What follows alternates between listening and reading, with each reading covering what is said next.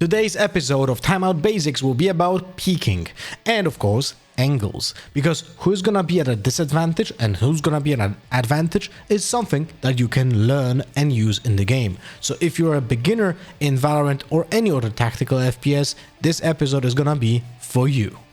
There's one rule that you need to always remember, and that rule says whoever is closer to the angle, that's the person who's gonna be at a disadvantage. Now, what does that mean in game? Let's jump on Ascent in a very common place where you're gonna see this as an example. So I'm gonna be standing in A main, and this is the angle that I'm gonna be peeking through, right? So I'm closer to the angle than a person standing on this side. So let's activate the camera to show how the other person would see me right now. As you can see, he can literally see my hand. Remember that this is literally just a Cypher and a camera. With a weapon, you would be even a wider target. So the player from side sees you earlier. We can illustrate that with a diagram. I'm gonna show you a simplified illustration of this situation from Ascent A main. So Cypher is standing on side behind Dice, and the KO is gonna approach A main. This cone of vision shows you what Cypher is looking at and where the angle is that makes it all awkward for both players.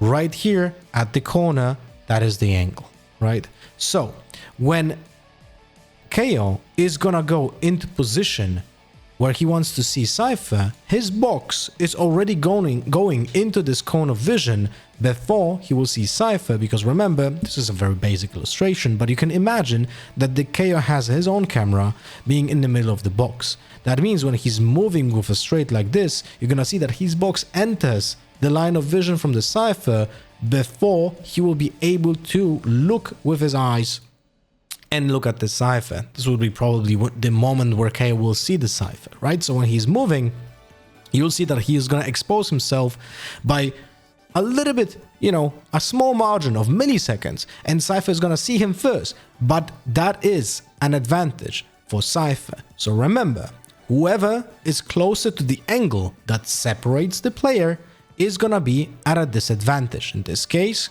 KO is close to the angle, while Cypher is further back from the angle, so he has an advantage.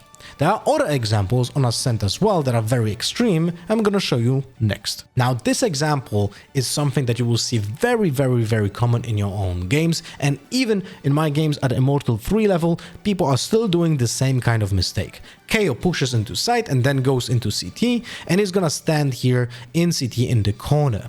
He's gonna think that he's at an advantage, and the player coming from spawn over here is gonna be at a disadvantage, right? Well, that's where he's wrong. So let's show it in game and how does that look. So I'm the KO standing in the corner over here. Now the Cypher is gonna come from spawn. The thing is, when I will illustrate right now, is that potentially the Cypher coming from spawn, before he's gonna go into the vision of KO, he's gonna already see him. As you can see here, the Cypher would be standing behind the wall, while the KO would be already visible. Now on the diagram, that's very easily visible, because once you see here, the cone of vision from the Cypher, that here we have, right here, already sees the box of the KO from this point. But KO will only see from the middle of his box, straight forward. So Cypher would have to go into his box to be visible. That's way later than what Cypher will see when he's approaching this angle. And why? Again, the same rule. We have KO who is very close to the angle, and we have Cypher who is further away from the same angle, which gives him an advantage. So always keep that in your mind when it comes to approaching an angle, and think about it. Will I be closer to the angle than my opponent? That's gonna give me an advantage if I will understand the rule of thumb that I need to follow. Now, let's jump how to battle in those situations and what to do to gain an advantage, even though you know that you're gonna be closer to the angle. There's also something very, very important to understand in Valorant, is that when you peek with your left shoulder is actually gonna be a little bit earlier than with the right shoulder because of your camera placement on your head. It's a little bit more tilted to your right side. That means that this very common angle in B main ascent, where someone of an operator is holding this angle, he's gonna see an opponent way earlier because the opponent is gonna peek with his left shoulder. To illustrate that, I will show you the same thing from holding the closer angle and the further angle from this corner here. So now when I'm gonna align this wall with this wall in both cases. So right here, I'm aligning it. This is the maximum distance that I can do that to align both, and the player is completely not visible. Now when I go closer and I align this wall like this, look how much of the cipher is visible.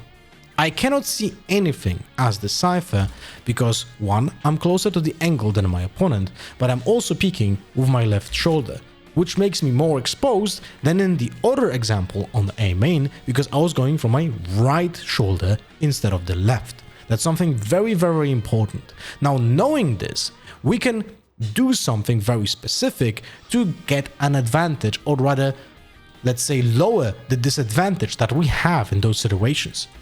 Knowing that the closer to the angle we are, the faster we peek, right, to the opponents, we can use that to some degree. So when I'm gonna be close and I know that there's an operator player here, I can stand very close to the wall and try to swing out wide without stopping before I break his line of vision, which will literally look like this, right? So I step out and I do that faster the closer I am to the wall. The speed of the player is the same, but the distance to the angle makes it relatively faster for the opponent. So when I'm peeking from backside of the wall, it's gonna be for the opponent a little bit slower than I do it from up close. It allows me to peek faster and be on the screen lower amount of time than from those two positions from my opponent. So in case of my opponent, his option will be when someone peeks out and breaks his crosshair placement because he's gonna be peeking from the close angle and he's gonna hide behind this wall, he has to re-peek. So now he's gonna be peeking with his left shoulder into my crosshair placement. So the roles will be reversed, or he will have to go back and hold a different angle. So he's gonna have to lose this map control that he had before. So remember, when you're gonna be peeking, if you want to go and aggressively peek an angle, you can stand closer to the wall, but you need to do a wide swing that breaks the crosshair placement. This can also be used to jiggle peek with a knife when it comes to like getting shots out of your opponent before you actually try to get into a certain position. Because if you're gonna jiggle peek from like very far away to your cover over here, you're gonna be slower than if you're gonna do this from up close. But don't, of course, repeat it like 3 times like I just did. You want to do this once and just go back. It might actually bait out a shot from your opponent. So when you want to jiggle peek, you want to shoulder peek from here, you want to do it from up close to the cover rather than from the back of the cover, because that gives your opponent a bigger window to react. I hope you guys enjoyed this episode of Timeout Basics. If you have any other questions, leave it in the comments. I'll always reply. Even if you do it in Korean, I will translate it and make sure to answer your questions. If you have suggestions for other topics that you would like to learn about, also leave them in the comment. Make sure to subscribe and follow the notifications on the RxVS. Bye-bye.